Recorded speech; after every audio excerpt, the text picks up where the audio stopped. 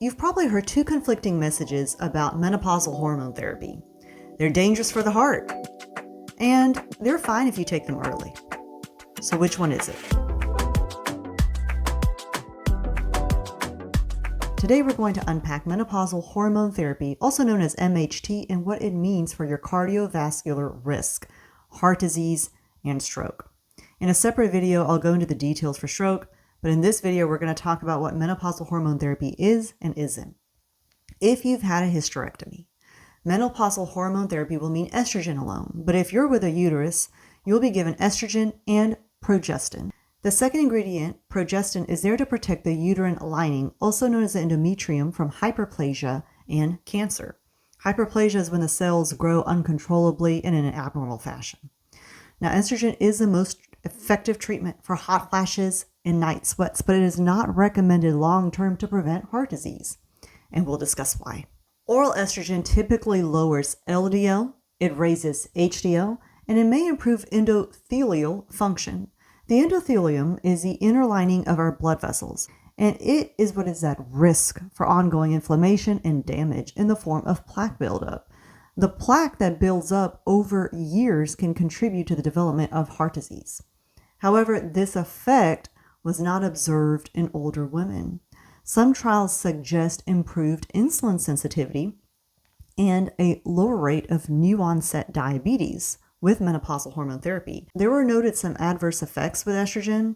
Oral estrogen can raise the triglycerides, a form of bad cholesterol which can be hazardous to your health. Adding a progestin, that second ingredient, as combined therapy may blunt some of the benefits of the estrogen. So let's talk about primary prevention. Primary prevention is when, as physicians, we try to prevent the disease from ever taking place. For heart disease, we want to prevent that from ever happening. We want to prevent that heart attack from ever happening. So we're going to focus on risk factors that you have to try to limit or mitigate your risks. Cutting the smoking, controlling the cholesterol, controlling the diabetes. In the 1980s, physicians began to prescribe estrogen to prevent heart disease in postmenopausal women. And they were prescribing this in periods of greater than 5 years in an effort to try to reduce their risk of developing heart disease.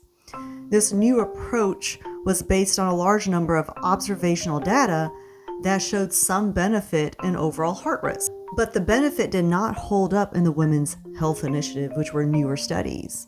In the combined estrogen and progestin trial, they found that there was no net benefit, but an actual real increase in events such as strokes, blood clots, and other coronary heart events. They also found an increase in breast cancer.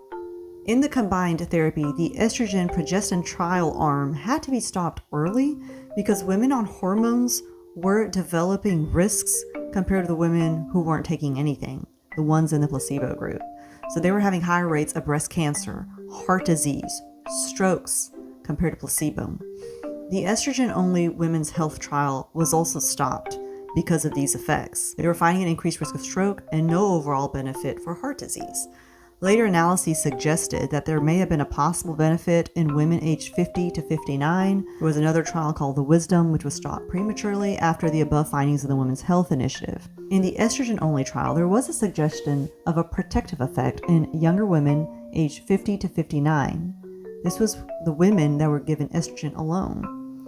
But the discrepancies in heart disease between the group that just received estrogen and the group with the estrogen and progestin suggested that it was probably the progestin component that was increasing the risk of heart disease. Other effects noted in the group with just estrogen was a risk of stroke and venous thromboembolism complications. This was similar to those seen with combined therapy. What are risk predictors? The researchers decided to try to identify risk factors in women that can contribute to an increased risk of having heart disease. So they looked at around 359 cases and matched them with controls. Women with higher levels of LDL had higher heart disease risk. In short, when estrogen was used with medroxyprogesterone in large trials, investigators observed small but real increases in risk. including heart disease and events such as heart attacks and deaths, stroke, and venous thromboembolism or blood clots. There were benefits such as fewer fractures and less colon cancer. In the estrogen-only trial, which is the women with a hysterectomy, it didn't raise their coronary heart disease risk if they were given the medicine between the ages of 50 and 59. So the bottom line for physicians and for patients is that we no longer use menopausal hormone therapy to prevent heart disease risk. Now, why is there confusion? Well, this comes down to observational versus prospective data. In a previous study, I discussed the importance of the type of design that is used in the medical experiment and the kinds of conclusions that we can reach as physicians. The vast majority of the medical research out there is observational.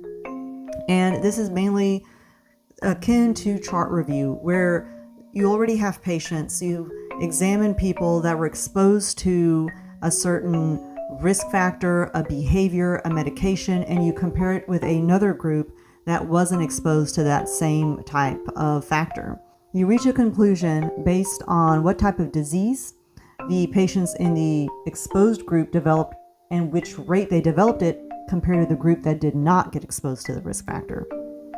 So it is very difficult to find excellent randomized prospective trials.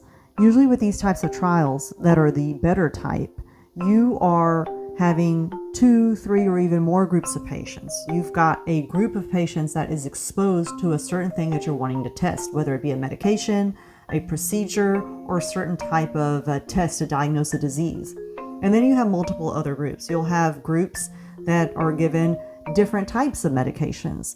You'll have groups that are given different doses of medications. And then you'll even have a control group that's given nothing. And in the process, the best studies have blinded participants. The participants won't know which type of treatment they're getting. And in some cases, even the researchers are blinded. They won't know which type of treatment they're providing. For these tests to have a large impact, you need to have a large number of participants. We're talking about thousands. And usually in single center studies, this is very difficult to achieve unless they do the study for years. So a lot of the times when we're engaged in these types of studies, you've got thousands of people spread out over multiple cities and sometimes even over multiple countries. So the reason that doctors in the 1980s were prescribing this was because they had large amounts of observational data that showed a benefit. It was only when we had the Women's Health Initiative with the larger studies that had a better scientific design show that there actually wasn't a benefit. Now let's talk about secondary prevention, which is aimed for people who already had the disease, but were trying to prevent complications. This means that the patients already developed the heart attack or the stroke. We're just trying to prevent them from having another one. So we're going to talk about HERS-1 and HERS-2. In HERS-1, this was a randomized, blinded, placebo-controlled, which is the best kind of study, that looked at around 2,763 postmenopausal women under the age of 80 with established heart disease.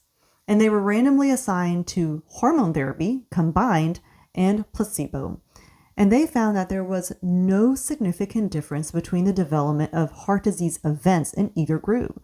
They actually found that although the events occurred at an increased rate in year 1, they lessened by years 4 and 5. Later analysis showed that there was no benefit. In the HERS-2 trial, this was a continuation of the HERS-1 participants for additional 2.7 years. And they found that the lower risk of heart disease in years 4 and 5 did not continue in subsequent years.